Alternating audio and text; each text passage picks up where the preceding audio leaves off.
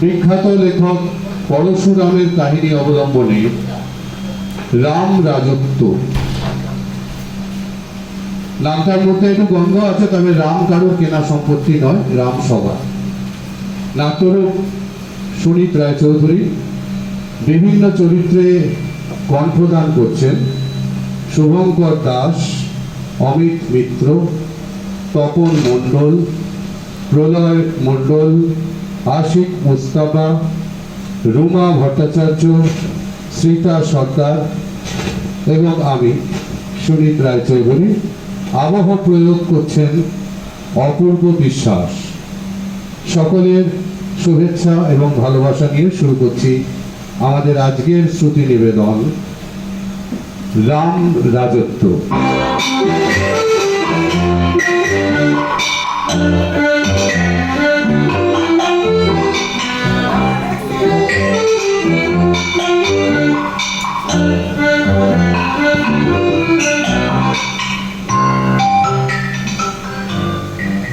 একটি অভিজাত বাড়ির বৈঠকখানা। দেখা যায় হাইকোর্টের বিখ্যাত জজ সাহেব সুবোধ গাঙ্গুলি মশাই বসে বসে চুরুট খাচ্ছেন। সময় সকাল। অন্দর থেকে তার দ্বিতীয় পক্ষের স্ত্রী বিপাশা দেবী প্রবেশ করেন চায়ের সরঞ্জাম হাতে নিয়ে। বিপাশা দেবী বয়সে সুবোধ বাবুর চেয়ে বেশ অনেকটাই ছোট, সুন্দরী, ভালো গান জানেন। ও হ্যাঁ, বলতে ভুলে গেছি, সুবোধ বাবুর কোন সন্তানাদি নেই। সকালবেলা উঠেই চুরুট ধরালে, চা খেয়ে খেলে হতো না?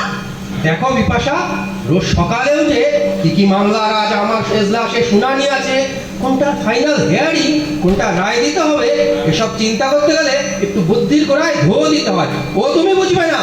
সে না হয় নাই বা বুঝলাম, কিন্তু আজ তো তা কোর্টে যাওয়া নেই।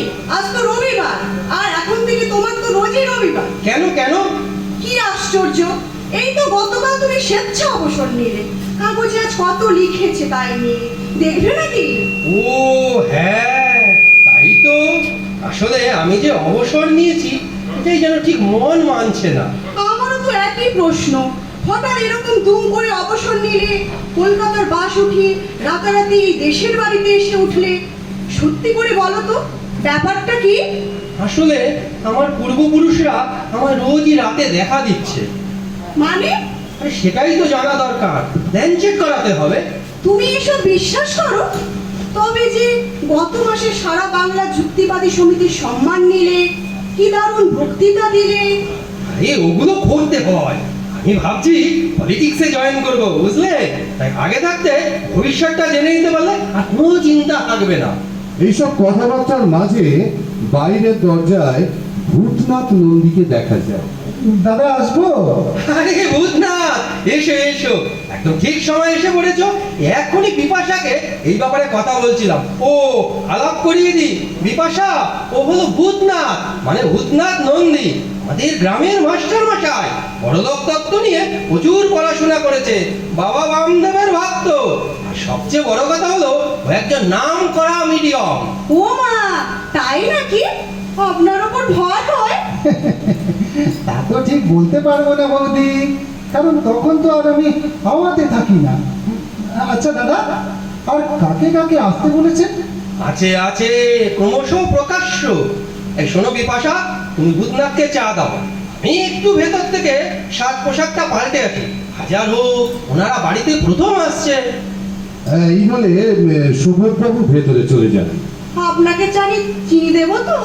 হ্যাঁ হ্যাঁ দিন। আচ্ছা, আপনি প্ল্যান চেটে বিশ্বাস করেন? আমার না ব্যাপারটা দেখতে খুব ইচ্ছে। মানে কিভাবে আত্মা আসে, কিভাবে কথা বলে, কিভাবে চলে যায়। বেশ তো, আপনিও আমাদের দলে চলে আসুন। আর সন্ধেবেলা আমাদের প্রথম বসা। কিন্তু উনি যদি মত না দেন? কেন দেবেন না?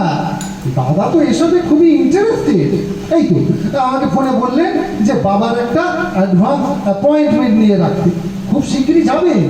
আসলে দ্বিতীয় পক্ষ তো ভয় পান, পাছে কেউ যদি নজর দেয়। তা বলবি, মিথ্যে বলবো না, নজর আপনাকে দেওয়ার মতো। এই যা, কিছু মনে করলেন না তো? মনে করবো কেন, আমার তো ভালোই লাগে। আচ্ছা, আপনি রাজি করেন না কি? পারবেন না? হ্যাঁ হ্যাঁ হ্যাঁ, পারবো, খুব পারবো, নিশ্চয়ই পারবো।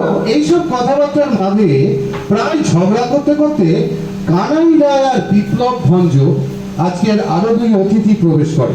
প্রথমজন দক্ষিণপন্থী আর দ্বিতীয়জন ঘোর বামপন্থী। মেলা গুলি কেউ না, লাস্ট ইলেকশনে কটা সিট পেয়েছো? দেখো কেন যা ক্ষমা দেওয়া কোনো বড় কথা নয়, বড় কথা হলো আমাদের ভোট বেড়েছে, মানে মানুষ আবার আমাদের দিকে আসছে, জনশক্তি ঐক্যবদ্ধ হচ্ছে। তোমার মাথা হচ্ছে ক জায়গায় জামানত জব্দ হয়েছে খেয়াল আছে? আমরা অভাবে জিতি না। ওহ, নিজেদের ক্ষমতা নেই আবার লম্বা চওড়া কথা। বাজে কথা বলবে না একদম, গরিবের রক্ত চোষা বদমায়েশ কথা। হ্যাঁ, আর তোরা সুবিধাবাদীর দল। দুজনে প্রায় মারমুখী, প্রায় হাতাহাতির উপক্রম হতে যাচ্ছিল, এমন সময় বিপাশা দেবী বলে ওঠেন। আপনারা চা খাবেন? শুনে দুজনই হতভম্ব হয়ে যায়। কানাই অবাক হয়ে সোফায় বসে পড়ে।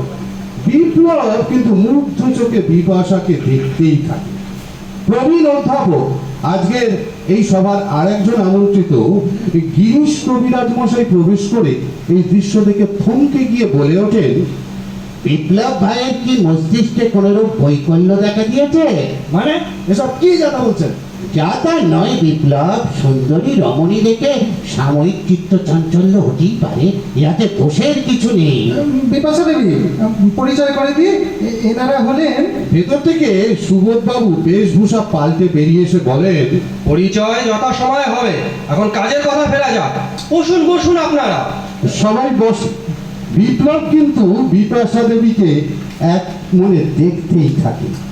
বলছিলাম দাদা, এই ন্যাশনাল পলিটিক্সের হাল হকিকত জানতে গেলে সেরকম একটা কাউকে ডাকতে হবে। সেক্ষেত্রে হিন্দি জানা একজন একজন কাউকে ডাকলে ভালো হতো। আমরা নাকি ওবেলা ডাকবো একজনকে, কি? অবধ বিহারী জয়সওয়াল, এখানকার টাউনের জয়সওয়াল সমাজের মাথা। এসবে আবার ওনার খুব ইন্টারেস্ট। তাছাড়া ওনার মামা আবার দিল্লিতে এই সরকারের আর কি একটা ছোটখাটো মন্ত্রী। মানে আপনার পলিটিক্সের লাইনটা। সেটা মন্দ হবে না সুবোধবাবু, বরং একটা পলিটিক্যাল সাপোর্ট থাকলে। কেন হিন্দি আমিই বলতে পারি, এই তো সেদিন পার্টি কংগ্রেসে বিহার ঘুরে এলাম। ভাই বিপ্লব, তোমার হিন্দি কথন শুনিলে আত্মারাম খাঁচা হইয়া যাইতে পারে। ও সবই কাজ নাই, অবধ বিহারী ভালো। হ্যাঁ, লেখাপড়া শিখে মূর্খের মতো কথা বলবেন না গিরিশ বাবু। বড়দের সঙ্গে কথা বলতে শেখো বিপ্লব। কি বললে তুমি? আবার হাতাহাতির উপক্রম হতেই বিপাশা হঠাৎ বিপ্লবের হাতটা চেপে ধরে বলে। ছাড়ুন না বিপ্লব বাবু। আচ্ছা, আমি যদি আপনাদের এই প্যান্ডেলে উপস্থিত থাকি, আপনাদের অসুবিধে হবে? তুমি আবার এসবের মধ্যে ভয় ঠয় পেয়ে গেলে? থাক না দাদা, বৌদি সকালে একটা ভ্যারাইটি আছে। ধরুন কোনো মহিলা আত্মাকে যদি ডাকার দরকার হয়, তখন বৌদি থাকলে আসতে অনেক কমফোর্ট ফিল করবে। আর তাছাড়া নারী শক্তির একটা আলাদা মাত্রা আছে আজকের এই পুঁজিবাদী জামানায়। খান বাঁধতে শিবের গীত। আহ বিপ্লব বাবু, আপনি বড় অস্থির। বিপ্লব এই কথায় শান্ত হয়ে বসে বিপাশার দিকে তাকিয়ে থাকে। সুবোধবাবু কিন্তু দৃষ্টি এড়ায় না, বলে ওঠেন। ঠিক আছে ঠিক আছে, বিপাশা থাকবে, কিন্তু ও মিডিয়ামের পাশে বসবে। কেন? হঠাৎ ভয় ভয় পেয়ে যাত্রার হাত চেপে ধরলে পুরো ব্যাপারটাই মাটি হয়ে যায়। তার চেয়ে তুমি আমার এবং ভূতনাথের মাঝখানে বসবে। অবধ বিহারীকে খবর পাঠাও।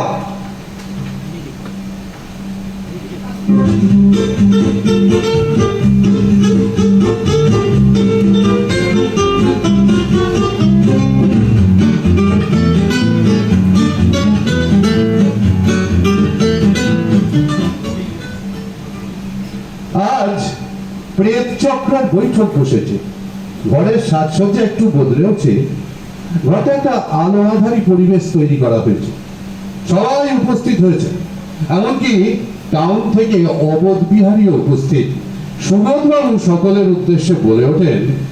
আজ এই প্রেত চক্রের অধিবেশনে সবাইকে স্বাগত। দীর্ঘদিন বিচারকের দায়িত্ব পালন করার পর আমি সম্প্রতি অবসর নিয়েছি। আমার পূর্বপুরুষরা প্রায় স্বপ্নে আমায় দেখা দিচ্ছেন, কিছু বলতে চাইছেন। তাই আমি কলকাতার পাট চুকিয়ে দেশের বাড়িতে চলে এলাম। আমি তাদেরকে ডাকতে চাই, জানতে চাই তারা কি বলতে চায়। जरूर कुछ हिडन ट्रेजर আছে স্যার আপনার বাড়িতে ওই के लिए लोग बेचान हो रहा है। হ্যাঁ, সেটা বিচিত্র কিছু নয়। আমি যতদূর জানি ওনার পূর্বপুরুষরা এই অঞ্চলের জমিদার ছিলেন। ধন সম্পত্তি কিছু লুকায়িত থাকতেই পারে। তাহলে আজ কাকে ডাকা হবে? বলছিলাম আমার দাদা মশাইকে যদি ছোট্ট করে একবার প্রথমে ডেকে নেন ভালো হয়, মানে প্ল্যানটা ঠিকঠাক হচ্ছে কিনা সেটা বোঝা যাবে আর কি। আর কি বিপ্লব, আমি তো শুনেছি তোমার দাদা মশাই তোমার মাকে তার বাড়িতে ঢুকতে দিতেন না, কারণ উনি অসমান্য বিবাহ করেছিলেন। আরে গাড়াইদা, পুরোটা না শুনে এত কথা বলো না। দাদা মশাই মারা যাওয়ার আগে আমাকে ডেকেছিলেন। এ কথা সে কথার পর যে আসল কথাটা বলতে যাবেন অমনি অক্কা পেলেন। ভিক্টোরিয়ার আমলের গিনিগুলো কোথায় ডেকেছেন বলে যেতে পারলেন না। एकदम सही बात बोलिए थे। जल्दी बुलाकर पता कर लीजिए, आजकल भाव बहुत चढ़ रहा है। বেশ তো, বিপ্লববাবু দাদামশাইকেই ডাকা হোক। উনি যখন এত করে বলছেন, কি বলো? আচ্ছা ঠিক আছে, ঠিক আছে। তারপর না হয় আমার প্রপিতামহ প্রবোধচন্দ্র গাঙ্গুলিকেই ডাকা হবে। এই ভূতনা, শুরু করো। সবাই এক মনে বিপ্লব বাবু দাদা মশাইকে কল্পনা করুন, চোখ বন্ধ করে ভাবুন। ভাই বিপ্লব, বলছিলাম ওনার কোনো ছবি টবি তোমার মোবাইলে নেই? তাহলে আমাদের হোয়াটসঅ্যাপে পাঠিয়ে দিলে আমরা সহজে চোখ বন্ধ করে সেটা ভাবতে পারতাম। আছে নাকি? না তা তো নেই। তাহলে উপায় ভূতনাথ? উপায় উপায় একটা আছে, তবে সেটা সময় সাপেক্ষ। আচ্ছা আচ্ছা, ওনার কোনো নিকটজনের ছবি বা অন্য কিছু? হ্যাঁ, আমার দিদিমার একটা ঘষার ছবি বাড়িতে ছিল, মানে মা রোজ মাটালা দিত। তা সেটা ফটো তুলে স্টুডিওতে দিয়েছিলাম, যদি একটু ভালো টালো করা যায়। মোবাইলে আছে বোধহয়, চলবে? ওমা, সে তো খুবই ভালো কথা। আপনি বরং এই ছবিটা আমাদের শেয়ার করে দিন, কি ভূতনাথ বাবু? অবশ্যই, সহধর্মিণীকে স্মরণ করলে অতি দেবতা নিশ্চয়ই হাজির হবে। মানে ওই পুরোনো দিনের মানুষ তো, বউকে কি আর এতগুলো পর পুরুষের সামনে আসতে দেবেন? তবুও সাবধানের মার নেই, যদি এসে পড়ে তখন কি করবেন ভেবে দেখেছেন? এই জন্যই তো আপনাকে রাখা, তখন আপনি প্রশ্ন করবেন। जरूर जरूर भाभी जी, आप जल्दी यहाँ इधर आ जाइए, हम जज साहब का पास चला जाता है। এই বলে সুবোধবাবু কিছু বলবার আগেই অবরোধ আর বিপাশা নিজেদের জায়গা পাল্টাপাল্টি করে নেয়। ভূতনাথ বিপ্লবকে ছবিটা শেয়ার করতে বলে, বিপ্লব শেয়ারও করে। সকলে মোবাইলে ছবি দেখে নিয়ে তারপর চোখ বন্ধ করে ভাবতে থাকে। হঠাৎ কিছুক্ষণ পর ভূতনাথের মধ্যে একটা চাঞ্চল্য দেখা যায়। সবাই নড়ে চড়ে ওঠে। আমাদের মধ্যে কি আপনি পদার্পণ করেছেন? কেন ডেকেছিস আমাকে? দিদা, কেমন আছো? ও, কতদিন পরে তোমার কথা শুনলাম। আমি কেমন আছি তাই জানতে দেখেছিস, না তোর দাদুর গিনিগুলোর খবর জানতে? হতচ্ছাড়া। দিদা, খুব টাইট সিচুয়েশন, বুঝলে? ওগুলো পেলে একটু ম্যানেজ করা যেত আর কি। কি সব যাতা বলছিস? আসলে বিপ্লববাবু বলছেন এই জিনিসগুলো পেলে ওনার খুব উপকার হতো। তুমি তুমি কে মা? বাহ, বড় লক্ষ্মীমন্ত করন তো। হ্যাঁ রে, এই বুঝি নাথবো? না না না, আপনি ভুল করছেন। উনি হলে কে রে তুই, আমার কথার মাঝখানে কথা বলিস? এই বলে ভূতনাথ সপাটে সুবোধবাবুকে একটা চড় মারে। সকলে হই হই করে ওঠে। বিপ্লব এই ঘটনায় ভয় পেয়ে বিপাশা দেবীকে প্রায় জড়িয়ে ধরে। তারপর ধীরে ধীরে ভূতনাথ নিস্তেজ হয়ে পড়ে। একটু বাদে উঠেই আড়ামোড়া ভেঙে বলে, দাদা দাদা অনেক ধকল গেল, একটু চা হোক। ভাইয়া, তুমি আজ কি করেছো জানো? আমার কি দাদা মনে আছে? তুমি সুবোধ বাবুকে কষিয়ে একটা চড় মেরেছো। আর বিপ্লব, তোমার দিদিমা এরকম রক চাটা ছিলেন বলনি তো আমাদের? দূর গাড়াইদা, আমি কি জানতাম? কিন্তু গিনিগুলো কোথায় আছে জানা গেল না। আর কি আসবেন, যা লেগে গেছে। বিপ্লব ভাই, এখন कुछ दिन ওনাকে ডিস্টার্ব করবেন না। আর জজ সাহেব একদম চুপ করিয়ে গেলেন যে, এই এদিকে আসেন, এদিকে আসেন। দাদা দাদা আমাকে ক্ষমা করে দিন, আসলে আসলে ভুলেছিলাম তো। ঠিক আছে ঠিক আছে, এর পরের দিন কোনো ঠাকুর দেবতা বা মহাপুরুষকে ডাকা হবে, তাহলে তাহলে কোনো চিন্তা থাকবে না, কি বলেন? ঠিক আছে ঠিক আছে। আর বিপাশা, তুমি কিন্তু আমার পাশেই বসবে।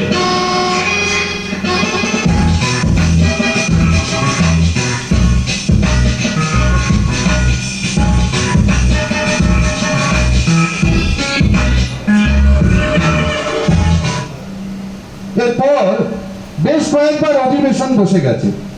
সিরাজউদ্দৌলা, চন্দ্রগুপ্ত, হিটলার, কার্তিক, লক্ষ্মী, মা মনসা এরা ছাড়াও সুবোধবাবুর পরলোকগত পূর্বপুরুষদেরকেও ডাকা হয়েছিল।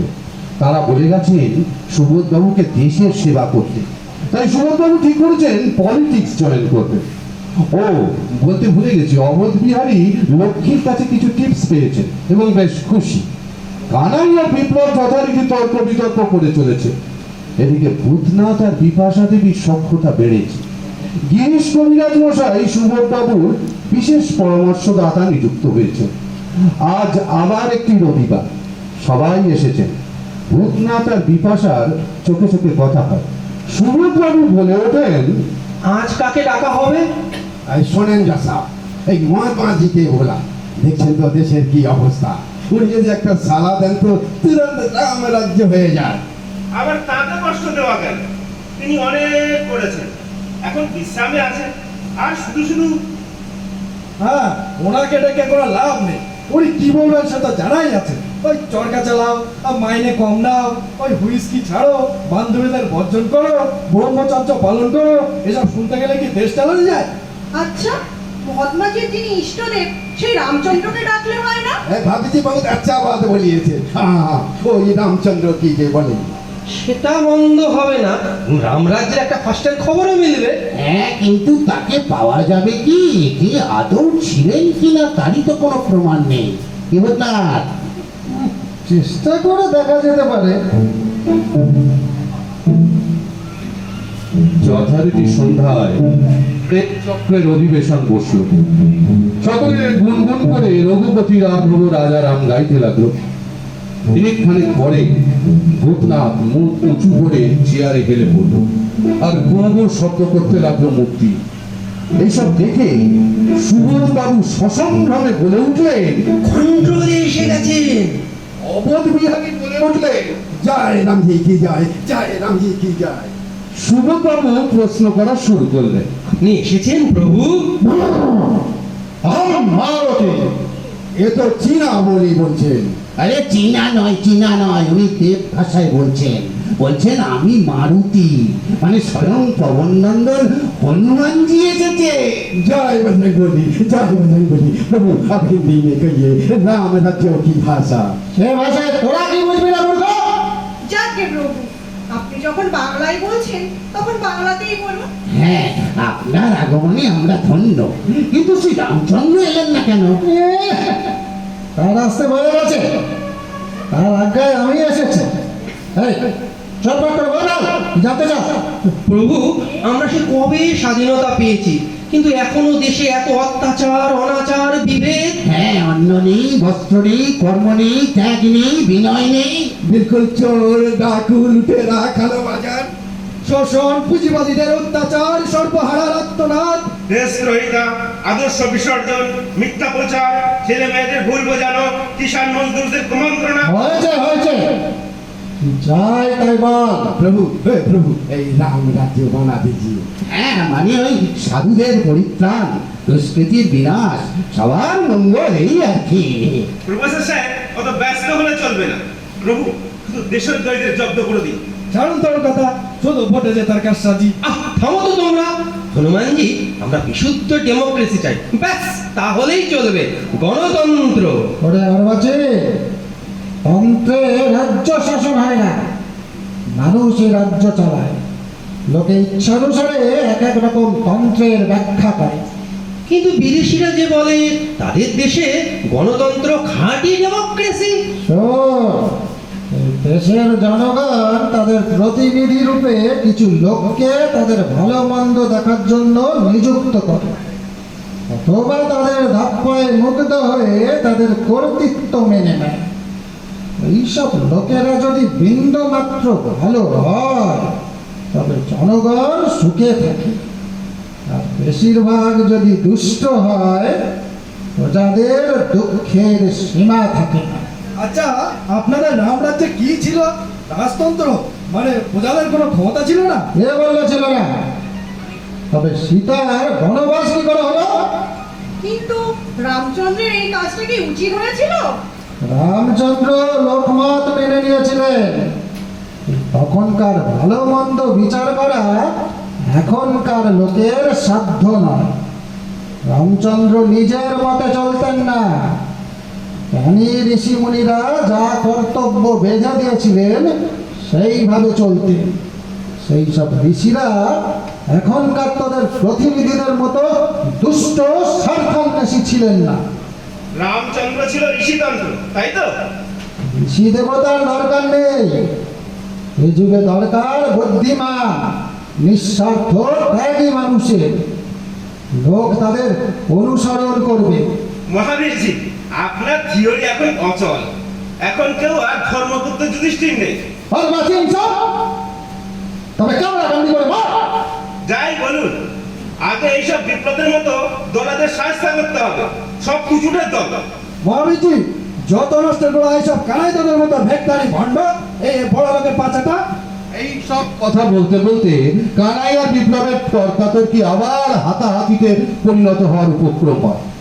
এসব দেখে ভূতনাথ তড়াক করে লাফিয়ে উঠে নিমেষের মধ্যে দুজনকে পশ্চাৎ দেশে দুটি লাথি মেরে ধরাশায়ী করে দেয়। তারপর আবার চোখ কপালে তুলে সমাধিস্থ হয়।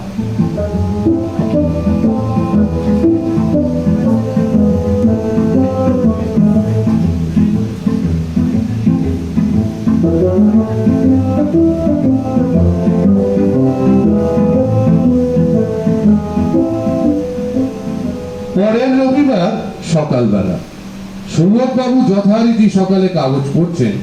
বিপাশা দেবী চা নিয়ে প্রবেশ করে। কি গো, কাল তোমাদের অধিবেশন বসলো না? না, ও সব আর নয়, ফালতু সময় নষ্ট। এই তার চেয়ে চলো আর সন্ধ্যাবেলা দুজনে পলাশপুরের মেলায় ঘুরে আসি। খুব বড় মেলা। আজ তো হবে না। কেন? আজ আসলে ভূতনাথ বাবুর সঙ্গে একটু বেরোবো। মানে মেলাতে পরলোক তত্ত্বের ওপর ওনার একটা সভা আছে। এইসব কথার মধ্যেই ভূতনাথ ঢোকে। এই যে বৌদি, এখনো তৈরি হননি? ও দাদা আছেন দেখছি। এই আপনাকে দাদা পরে অন্য একটা সময় নিয়ে যাবেন। বৌদির আবার আমার বক্তব্য শোনার খুব ইচ্ছে। তো দাদা নেক্সট কবে বসছেন? সুবোধবাবু কিছু বলার আগেই বিপাশা বলে ওঠে, সে হবে খন, আপনি একটু বসুন, আমি চট করে তৈরি হয়ে আসছি। এই বলে বিপাশা আনন্দে ভেতরে চলে যায়। সুবোধবাবু মুখ ঘুরিয়ে বসে থাকে। ভূতনাথ ফুসফুস করে কিছু একটা বলতে যেতেই সুবোধবাবু একেবারে মুখ খিঁচিয়ে বলে ওঠে, একেবারে রামরাজত্ব, পিওর ডেমোক্রেসি।